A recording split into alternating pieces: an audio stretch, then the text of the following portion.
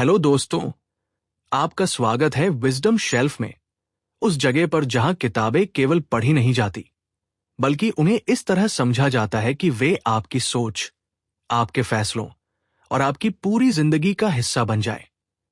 अगर आप चाहते हैं कि हर हफ्ते दुनिया की सबसे बेहतरीन किताबों का ज्ञान आसान हिंदी में मिले, तो हमारे चैनल को सब्सक्राइब करें। अगर आप हमारी इस यात्रा को और आगे बढ़ाना चाहते हैं, तो चैनल की मेंबरशिप जरूर लें और वीडियो पसंद आए तो सुपर थैंक्स भेजकर अपना प्यार और सहयोग दें।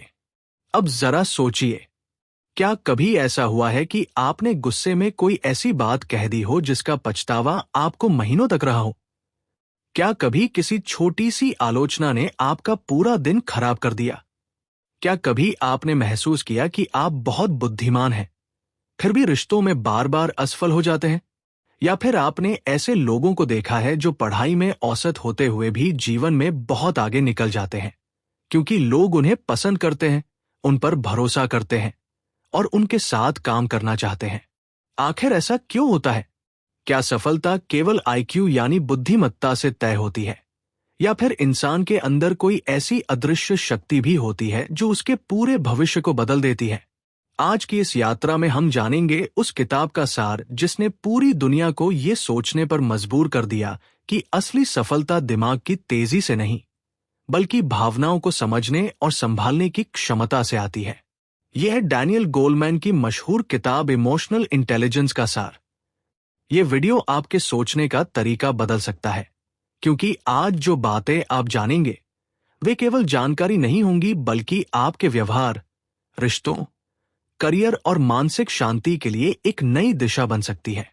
कल्पना कीजिए कि आपके सामने दो लोग खड़े हैं। पहला व्यक्ति बहुत होशियार है, हर परीक्षा में टॉप करता है, हर सवाल का जवाब जानता है, लेकिन छोटी सी असफलता उसे तोड़ देती है। गुस्सा उसकी आदत बन चुका है और रिश्ते धीरे धीरे उससे दूर होते जा रहे हैं। दूसरा व्यक्ति शायद उतना तेज नहीं है, लेकिन वो हर परिस्थिति में शांत रहता है, लोगों को समझता है, अपनी भावनाओं पर नियंत्रण रखता है, मुश्किल समय में भी उम्मीद नहीं छोड़ता और धीरे धीरे हर किसी का भरोसा जीत लेता है। अब अगर आपसे पूछा जाए कि 10 साल बाद इनमें से कौन ज्यादा सफल होगा, तो शायद आपका जवाब दूसरा व्यक्ति होगा। यही इस किताब का सबसे बड़ा संदेश है। जीवन केवल ये नहीं देखता कि आप कितना जानते हैं, बल्कि ये भी देखता है कि आप अपने ज्ञान का उपयोग किस मानसिक स्थिति में करते हैं। अगर आपकी भावनाएं आपके नियंत्रण में नहीं हैं, तो आपका ज्ञान भी कई बार आपका साथ नहीं दे पाता। लेखक बताते हैं कि इंसान का दिमाग 2 स्तरों पर काम करता है। एक हिस्सा सोचता है, तर्क करता है और निर्णय लेता है, जबकि दूसरा हिस्सा भावनाओं से भरा होता है। जब भावनाएं बहुत तेज हो जाती हैं, तो वे सोचने वाले हिस्से पर हावी हो जाती है।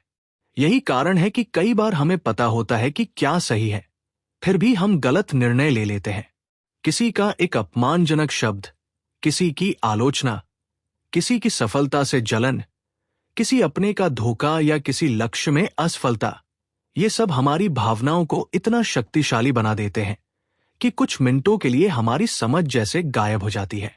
बाद में जब सब शांत होता है, तब हम कहते हैं, काश मैंने ऐसा न किया होता। लेखक इस स्थिति को भावनात्मक अपहरण जैसा बताते हैं, जहां भावनाएं हमारे विवेक को कुछ समय के लिए बंद कर देती है। लेकिन अच्छी खबर यह है कि यह कोई जन्मजात कमजोरी नहीं है। इसे समझा और बदला जा सकता है।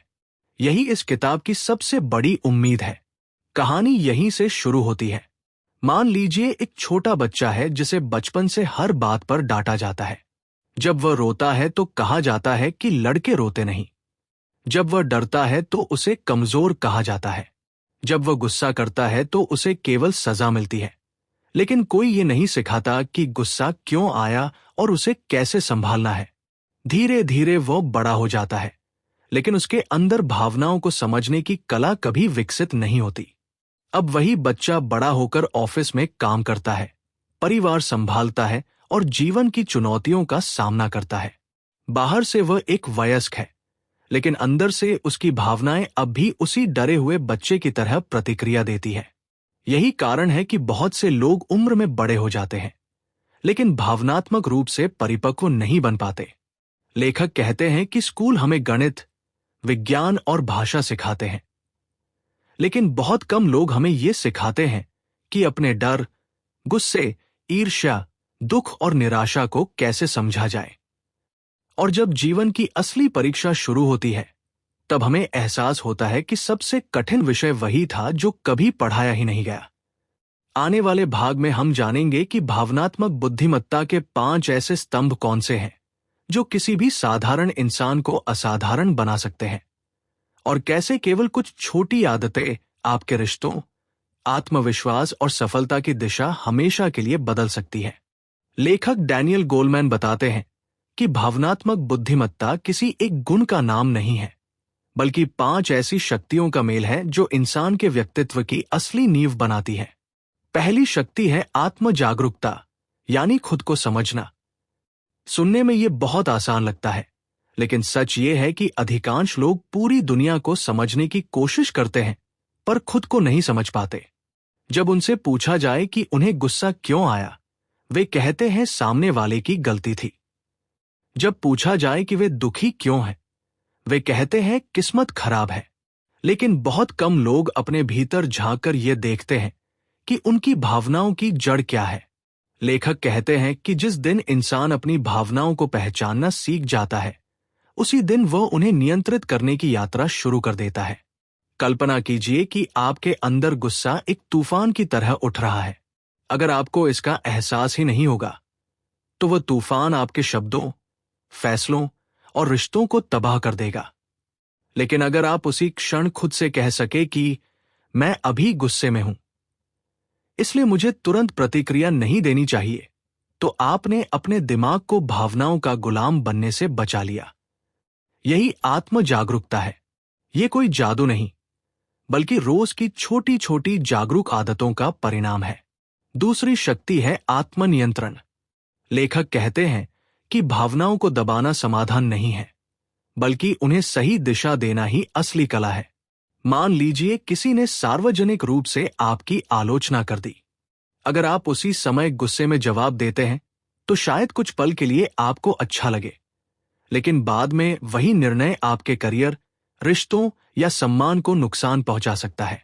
दूसरी ओर, यदि आप कुछ पल रुककर स्थिति को समझते हैं, गहरी सांस लेते हैं और सही समय पर शांत तरीके से जवाब देते हैं, तो लोग केवल आपकी बात नहीं, बल्कि आपके व्यक्तित्व का भी सम्मान करेंगे। लेखक कहते हैं कि महान लोग इसलिए महान नहीं बनते क्योंकि उन्हें कभी गुस्सा नहीं आता, बल्कि इसलिए क्योंकि वे जानते हैं कि गुस्से को अपने फैसलों का मालिक नहीं बनने देना है।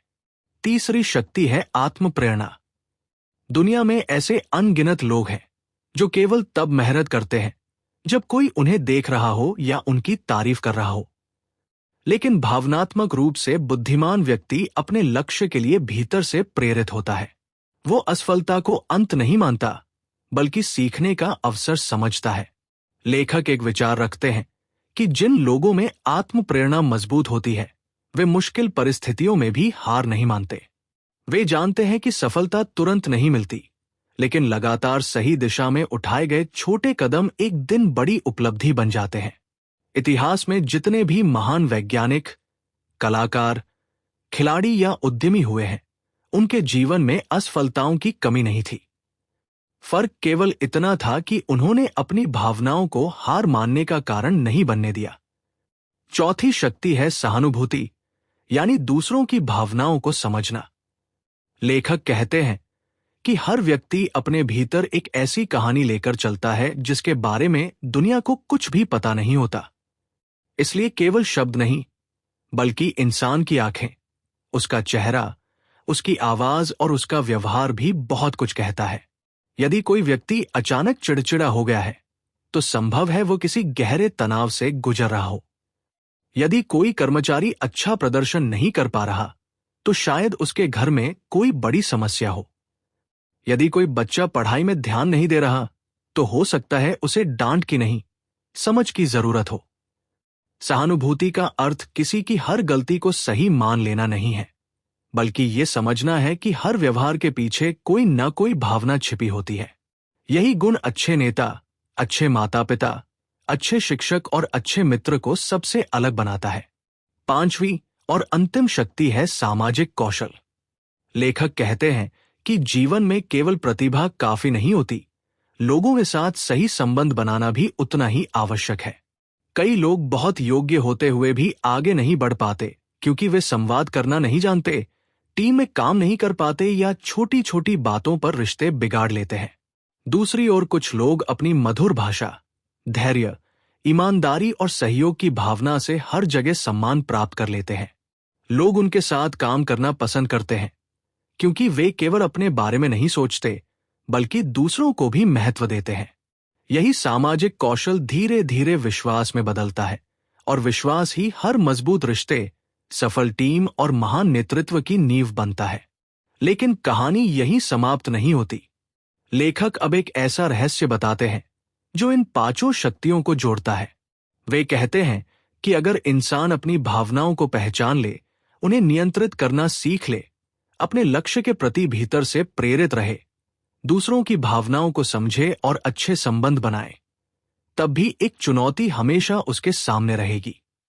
वह चुनौती है जीवन की कठिन परिस्थितियां, क्योंकि असली परीक्षा तब नहीं होती जब सब कुछ ठीक चल रहा हो, बल्कि तब होती है जब सब कुछ बिखरता हुआ दिखाई दे।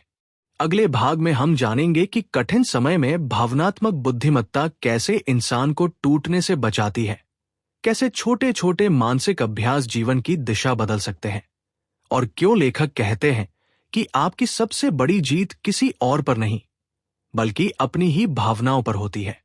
जीवन की सबसे कठिन परीक्षा तब शुरू होती है जब सब कुछ हमारे अनुसार नहीं होता। नौकरी चली जाए, कोई अपना साथ छोड़ दे, मेहनत का परिणाम उम्मीद के अनुसार न मिले या अचानक कोई ऐसी परिस्थिति आ जाए जो हमारे नियंत्रण से बाहर हो। ऐसे समय में अधिकांश लोग ये मान लेते हैं कि उनकी किस्मत खराब है, लेकिन डैनियल गोलमैन कहते हैं कि असली फर्क परिस्थितियां नहीं बल्कि उन परिस्थितियों के प्रति हमारी भावनात्मक प्रतिक्रिया पैदा करती है। दो लोग एक ही समस्या का सामना करते हैं। पहला व्यक्ति घबरा जाता है, खुद को असफल मान लेता है और धीरे धीरे उम्मीद खो देता है। दूसरा व्यक्ति भी दुखी होता है, उसे भी दर्द होता है, लेकिन वो खुद से कहता है कि ये केवल एक घटना है, मेरी पूरी पहचान नहीं। यही सोच उसे दोबारा खड़े होने की ताकत देती है। लेखक बताते हैं कि भावनात्मक रूप से बुद्धिमान व्यक्ति कभी भी अपनी एक असफलता को अपने पूरे भविष्य का फैसला नहीं बनने देता। वो समझता है कि भावनाएं हमेशा स्थायी नहीं होती। आज का गुस्सा कल शांत हो जाएगा, आज का दुख भी एक दिन कम हो जाएगा और आज का डर भी अभ्यास के साथ कमजोर पड़ सकता है। इसलिए वह किसी भी भावना के आधार पर तुरंत बड़ा निर्णय नहीं लेता। वह समय को अपना साथी बनाता है। जब मन शांत होता है, तब लिए गए फैसले अक्सर सही साबित होते हैं। यही कारण है कि धैर्य केवल एक आदत नहीं, बल्कि भावनात्मक बुद्धिमत्ता की सबसे बड़ी पहचान है। लेखक एक और महत्वपूर्ण बात बताते हैं कि हमारा दिमाग उन बातों को बार बार दोहराता है जिन पर हम लगातार ध्यान देते हैं। यदि आप हर समय अपनी असफलताओं, कमियों और डर के बारे में सोचते रहेंगे, तो आपका मन धीरे धीरे उसी दिशा में विश्वास करने लगेगा। लेकिन यदि आप हर चुनौती को सीखने का अवसर मानते हैं, तो आपका दिमाग नए समाधान खोजने लगता है। इसे समझने के लिए एक साधारण उदाहरण सोचिए। यदि किसी बच्चे से बार बार कहा जाए कि वह किसी काम के लायक नहीं है, तो कुछ समय बाद वह स्वयं भी यही मानने लगता है। लेकिन यदि उसी बच्चे को हर छोटी प्रगति पर प्रोत्साहित किया जाए, उसकी कोशिशों की सराहना की जाए और उसे ये विश्वास दिलाया जाए कि गलतियां सीखने का हिस्सा है, तो वही बच्चा आत्मविश्वास के साथ आगे बढ़ने लगता है। यही सिद्धांत बड़ों पर भी लागू होता है। हम दिन भर अपने आप से कैसी बातें करते हैं, वही धीरे धीरे हमारी पहचान बन जाती है। इसलिए लेखक सलाह देते हैं कि अपने भीतर चलने वाली नकारात्मक बातचीत को पहचानिए। जब आपका मन कहे कि मैं नहीं कर सकता, तब खुद से पूछिए कि इसका प्रमाण क्या है। क्या मैंने सच में पूरी कोशिश की है? क्या ये असफलता हमेशा रहेगी? ऐसे प्रश्न भावनाओं को शांत करते हैं और सोचने की क्षमता को वापस लाते हैं। अब एक कहानी की कल्पना कीजिए। एक युवा अपने सपनों की नौकरी के लिए कई बार इंटरव्यू देता है, लेकिन हर बार असफल हो जाता है। धीरे धीरे वह मानने लगता है कि उसमें कोई क्षमता नहीं है। एक दिन उसका एक मार्गदर्शक उससे केवल एक सवाल पूछता है, क्या हर इंटरव्यू में तुम वही व्यक्ति थे जो पहले दिन थे? युवक सोच में पड़ जाता है। उसे एहसास होता है कि हर असफलता के बाद उसका आत्मविश्वास थोड़ा थोड़ा कम होता गया और वो अगले इंटरव्यू में अपने ज्ञान से ज्यादा अपने डर को लेकर गया। समस्या उसकी योग्यता नहीं थी, बल्कि उसकी भावनात्मक स्थिति थी। उसने अपने डर को सच मान लिया था। उस दिन से उसने परिणाम के बजाय तैयारी पर ध्यान देना शुरू किया। उसने हर इंटरव्यू के बाद अपनी गलतियां लिखी, उन्हें सुधारा और खुद को दोष देने के बजाय सीखने का अभ्यास किया। कुछ महीनों बाद उसे वही नौकरी मिल गई जिसके लिए वो लंबे समय से संघर्ष कर रहा था। फर्क केवल इतना था कि उसने अपनी भावनाओं को अपना दुश्मन नहीं, बल्कि शिक्षक बना लिया था। डैनियल गोलमैन कहते हैं कि भावनात्मक बुद्धिमत्ता का सबसे बड़ा लाभ केवल करियर में नहीं, बल्कि रिश्तों में दिखाई देता है। एक परिवार की कल्पना कीजिए जहां हर छोटी बात पर चिल्लाना, आरोप लगाना और बिना सुने निर्णय लेना आम बात हो। ऐसे घर में धीरे धीरे विश्वास खत्म होने लगता है। अब उसी परिवार की दूसरी तस्वीर देखिए जहां लोग असहमति होने पर भी एक दूसरे की बात पूरी सुनते हैं, अपनी भावनाएं शांत शब्दों में व्यक्त करते हैं और गलती होने पर माफी मांगने से नहीं डरते। दोनों परिवारों की आर्थिक स्थिति एक जैसी हो सकती है, लेकिन मानसिक शांति और खुशी में जमीन आसमान का अंतर होगा। लेखक कहते हैं कि रिश्ते जीतने के लिए बहस जीतना जरूरी नहीं है।